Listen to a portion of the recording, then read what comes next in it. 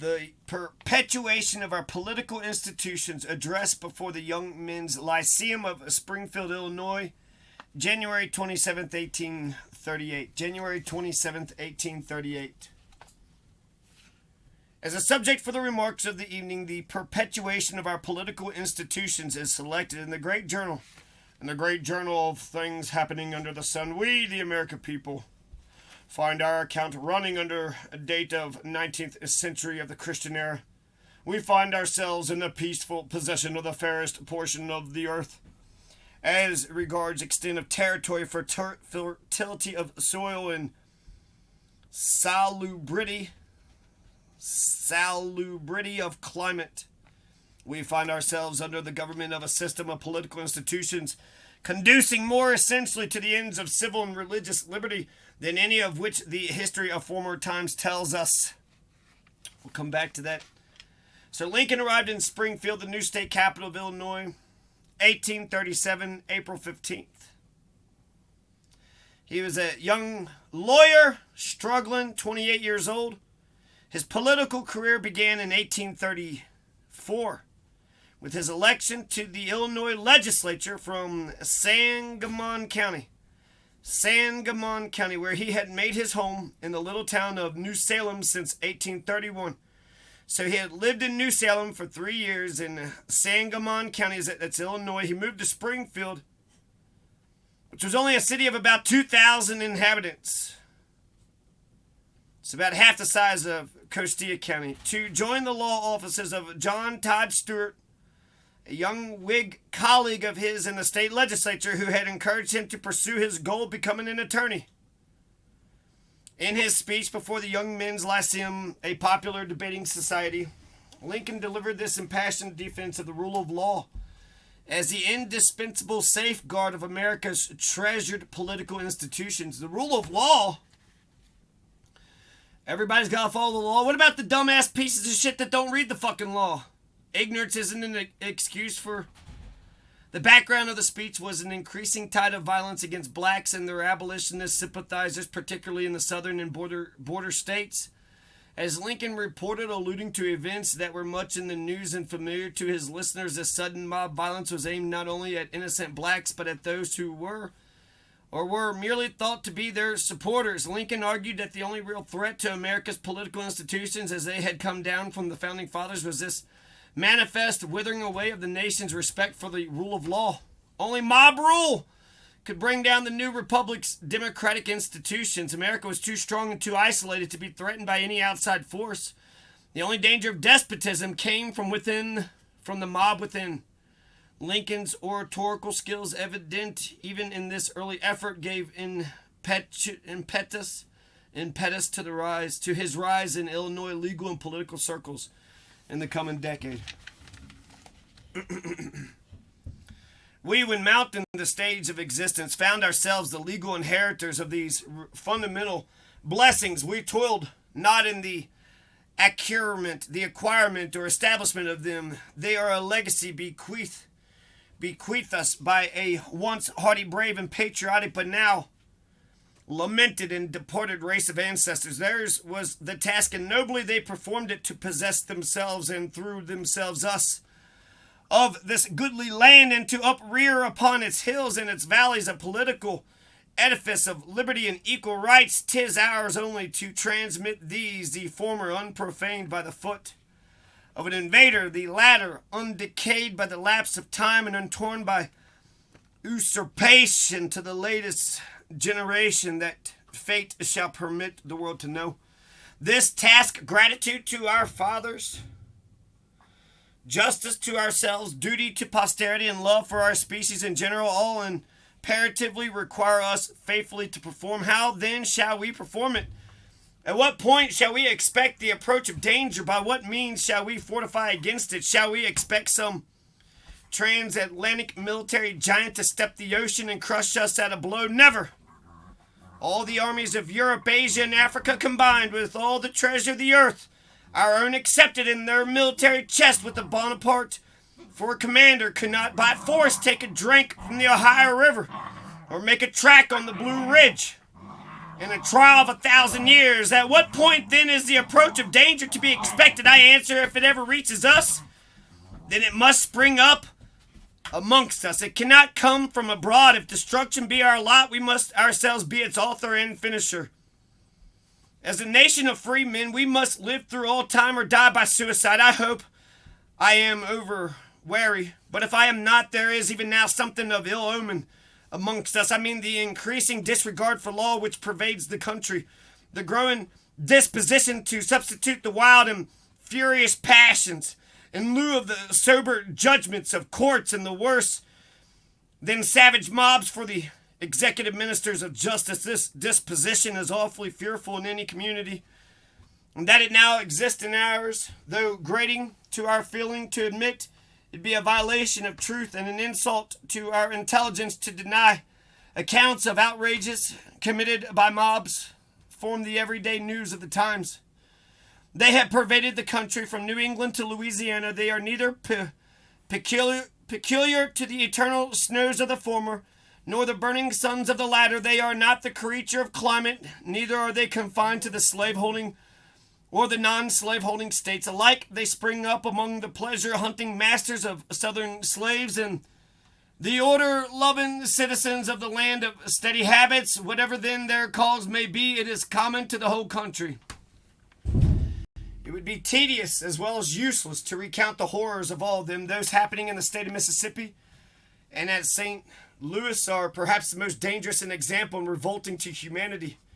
In the Mississippi case, they first commenced by hanging the regular gamblers, a set of men certainly not following for a livelihood, very useful, very honest occupation, but one which, so far from being forbidden by the laws, was actually licensed by an act of the legislature passed but a single year before. Next, Negroes suspected of conspiring to raise an insurrection were caught up and hanged in all parts of the state. Then white men supposed to be leagued with the Negroes, and finally strangers from neighboring states going thither on business were in many instances subjected to the same fate. Thus went on this process of hanging, from gamblers to Negroes, from Negroes to white citizens, and from these to strangers, till dead men were seen literally dangling from the boughs of trees upon every roadside, and in numbers almost sufficient to rival the native Spanish moss of the country as a drapery of the forest. Turn then to the horror-striking scene at St. Louis. A single victim was only sacrificed there. His story was very short and is perhaps the most highly tragic of anything of its length that has ever been witnessed in real life. A mulatto man by the name of McIntosh was seized in a street, dragged to the suburbs of the city, chained to a tree, and actually burned to death. And all within a single hour from the time he had been a free man, attending to his own business and at peace with the world. Such are the effects of mob law, and such are the scenes becoming more and more frequent in this land so lately famed for love of law and order, and the stories of which have even now grown too familiar to attract anything more than an idle remark. But you are perhaps ready to ask, what has this to do with the perpetuation of our political institutions? I answer, it has much to do with it. Its direct consequences are, comparatively speaking, but a small evil, and much of its dangers consist in the proneness of our minds to regard its direct as its only consequences. Abstractly considered, the hanging of the gamblers at Vicksburg was of but little consequence. They constitute a portion of the population that is worse than useless in any community, and their death, if no pernicious example be set by it, is never matter of reasonable regret with any one. If they were annually swept from the stage of existence by the plague or smallpox, honest men would perhaps be much profited by the operation. Similar to is the correct reasoning in regard to the burning of the Negro at St. Louis. He had forfeited his life by the perpetuation of an outrageous murder upon one of the most worthy and respectable citizens of the city, and he had not died. And had he not died as he did, he must have died by the sentence of the law in a very short time afterwards. As to him alone, it was as well the way it was as it could otherwise have been. But the example in either case was fearful. When men take it in their heads today to hang gamblers or burn murderers, they should recollect that in the confusion usually attending such transactions, they will be as likely to hang or burn someone who is neither a gambler nor a murderer as one who is.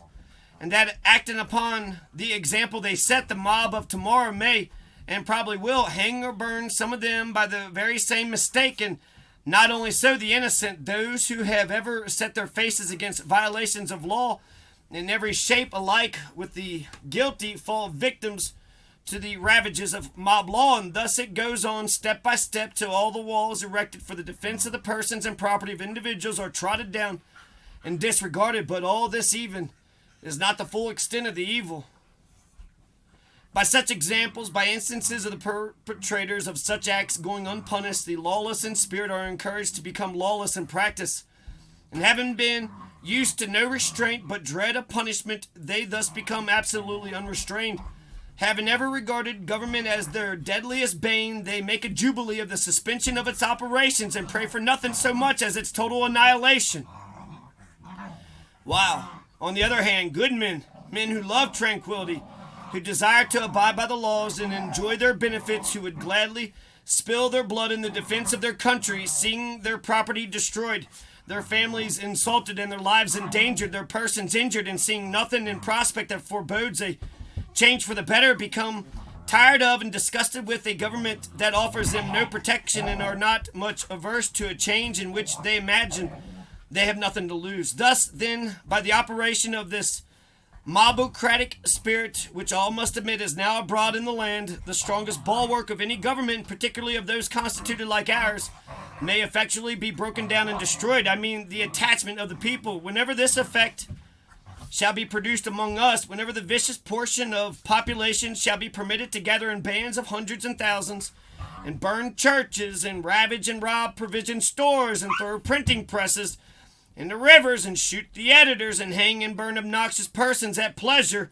and with impunity, depend on it, this government cannot last. By such things, the feelings of the best citizens will become more or less alienated from it, and thus it will be left without friends, or with too few, and those few too weak to make their friendship effectual. At such a time and under such circumstances, men of sufficient talent and ambition will not be wanting to seize the opportunity, strike the blow, and overturn that fair fabric which for the last half-century has been the fondest hope of the lovers of freedom throughout the world. I know the American people are much attached to their government. I know they would suffer much for its sake. I know they would endure evils long and patiently before they would ever think of exchanging it for another.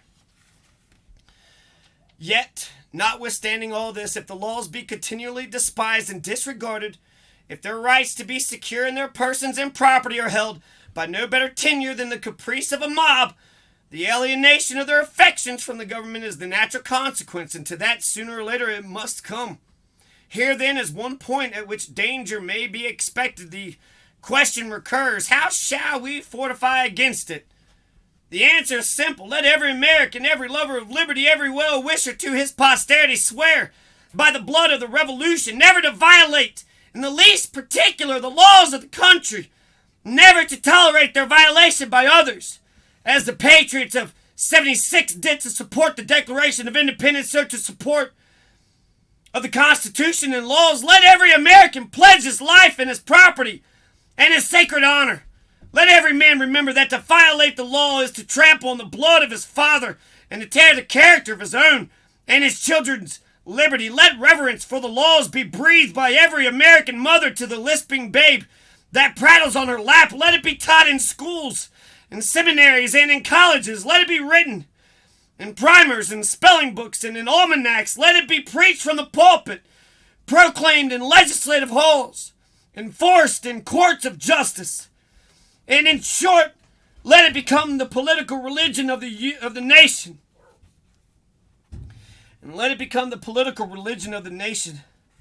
And let the old and the young, the rich and the poor, the grave and the gay of all sexes and tongues and colors and conditions sacrifice unceasingly upon its altar.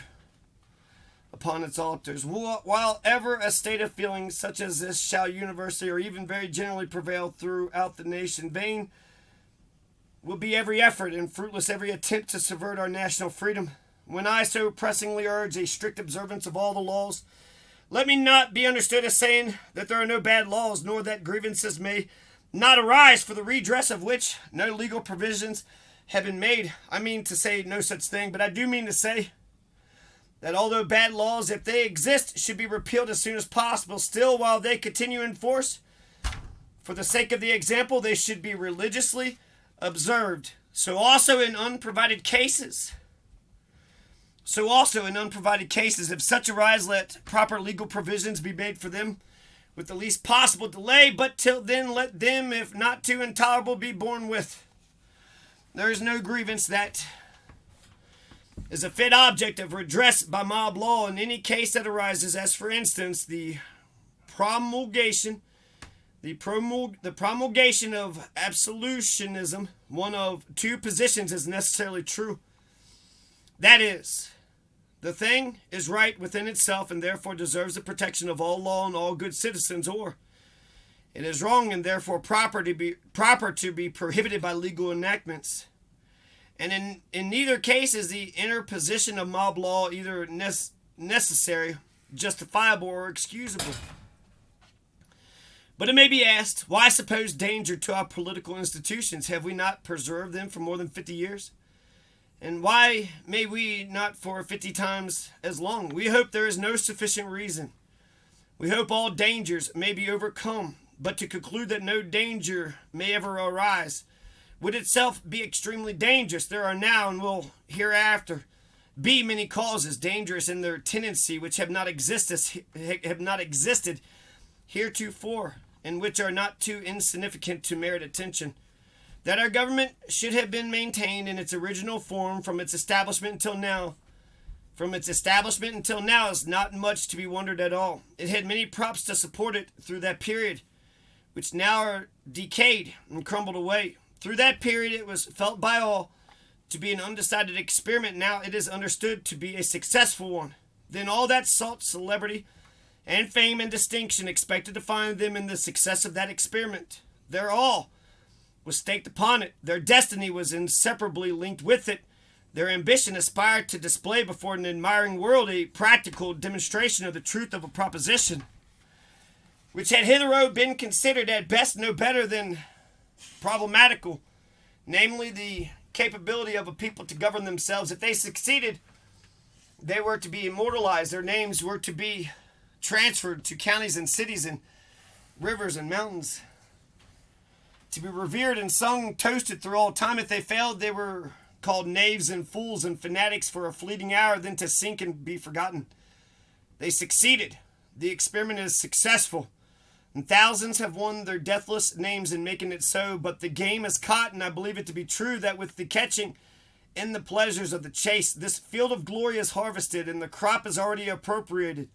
But new reapers will arise, and they too will seek a field. It is to deny what the history of the world tells us is true, to suppose that men of ambition and talents will not continue to spring up amongst us. And when they do, they will as naturally seek the gratification of their ruling passion as others have so done before them. The question then is, can that gratification be found in supporting and maintaining an edifice that has been erected by others? Most certainly it cannot. Many great and good men sufficiently qualified for any task they should undertake may ever be found, whose ambition would aspire to nothing beyond a seat in Congress, a gubernatorial or a presidential chair, but such belong not to the family of the lion or the tribe of the eagle. What, think you, these places would satisfy an Alexander, a Caesar, or a Napoleon? Never. Towering genius disdains a beaten path. Towering genius disdains a beaten path. It seeks regions hitherto unexplored. It sees no distinction in adding story to story upon the monuments of fame erected to the memory of others. It denies that it is glory enough to serve under any chief. It scorns to tread in the footsteps of any predecessor, however illustrious. It thirsts and burns for distinction, and if possible it will have it, whether at the expense of emancipating slaves or enslaving free men. Is it unreasonable then to expect that some man possessed of the loftiest genius, coupled with ambition sufficient to push it to its utmost stretch, will at some time spring up amongst us? And when such a one does, it will require the people to be united with each other, attached to our government and laws, and generally intelligent to successfully frustrate his designs. Distinction will be his paramount object, and although he would as willingly, perhaps more so, acquire it by doing good as harm, yet that opportunity being past, and nothing left to be done in the way of building up, he would set boldly to the task of pulling down. Here then is a probable case, highly dangerous, and such a one as could not have well existed heretofore. Another reason which one was, but which to the same extent is now no more, has done much in maintaining our institutions thus far. I mean the powerful influence which the interesting scenes of the Revolution had upon the passions of the people as distinguished from their judgment. By this influence, the jealousy, envy, and of avarice,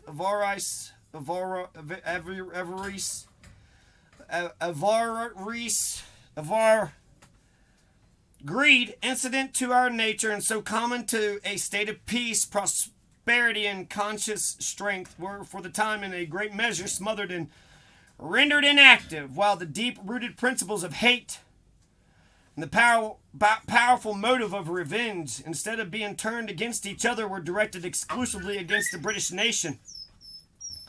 Hate and revenge against the British. Thus, from the force of circumstances, the basest principles of our nature were either made to lie dormant or to become the active agents in the advancement of the noblest of cause, that of establishing and maintaining civil and religious liberty.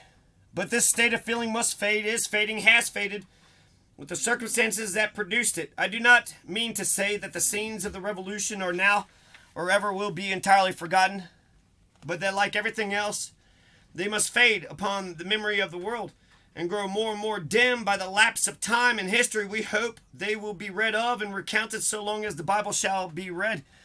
But even granting that they will, their influence cannot be what it heretofore has been. Even then, they cannot be so universally known nor so vividly felt as they were by the generation just gone to rest. At the close of that struggle, nearly every adult male had been a participator in some of its scenes. The consequence was that of those scenes in the form of a husband, father, son, brother. A living history was to be found in every family, a history bearing the indubitable testimonies of its own authenticity, and the limbs mangled and the scars of wounds received. In the midst of the very scenes related, a history too that can be read and understood alike by all, the wise and the ignorant, the learned and the unlearned. But those histories are gone. They can be read no more forever. They were a fortress of strength, but what invading foemen could never do, the silent artillery of time has done. The leveling of its walls, they are gone. They were a forest of giant oaks, but the all resistless hurricane has swept over them and left only here and there a lonely trunk, despoiled of its verdure, shorn of its foliage, unshading and unshaded, to murmur in a few more gentle breezes and to combat with its mutilated limbs a few more rudder storms, then to sink and be no more. They were the pillars of the temple of liberty, and now that they have crumbled away, that temple must fall unless we, their descendants, supplied their places with other pillars hewn from the solid quarry of sober reason. Passion has helped us, but can do so no more. It will in future be our enemy. Reason, cold, calculating, unimpassioned reason, must furnish all the materials for our future support and defense. Let those materials be molded into general intelligence, sound morality, and in particular a reverence for the Constitution and laws, and that we improve to the last, that we remain free to the last, that we revered his name to the last, that during his long sleep we permitted no hostile foot to pass over or desecrate his resting place, shall be that which to learn the last trump shall awaken our Washington. Upon these let the proud fabric of freedom rest as the rock of its basis, and as truly as has been said of the only greater institution, the gates of hell shall not prevail against it. The gates of hell shall not prevail against it. The gates of hell shall not prevent against it. So Walt Whitman wrote, Captain, oh Captain, and it was about Abraham Lincoln when he got assassinated. What's fucked up about a murderer in history is people must say, who was the president? John Wilkes Booth was that Booth? No, he was shot by a piece of shit fucking nobody. Oh, Captain, my Captain, our fearful trip is done. The ship has weathered every rack, the prize we sought is won. The port is near, and the bells I hear, the people all exulting. We won the Civil War. He got killed after the surrender at the Appomattox. While follow eyes the steady keel, the vessel grim and daring. But oh heart, heart, heart, oh the bleeding drops of red, whereon the deck my captain lies, fallen cold and dead. Oh Captain, my Captain, rise up and hear the bells. Rise up! For you the flag is flung, for you the bugle trills. For you bouquets and ribbon wreaths, for you the shores are crowding, for you they call, the swaying mass, their eager faces turn. And here, Captain, dear father, this arm beneath your head, it is some dream that on the deck you've fallen cold and dead. My Captain does not answer, his lips are pale and still. My father does not feel my arm, he's got no pulse nor will. The ship is anchored safe and sound, its voyage closed and done. From fearful trip, the victor's ship comes in with object won. Exalt those shores and ring o bells, but I with mournful tread walk the deck my Captain lies, fallen cold and dead, fallen cold and dead.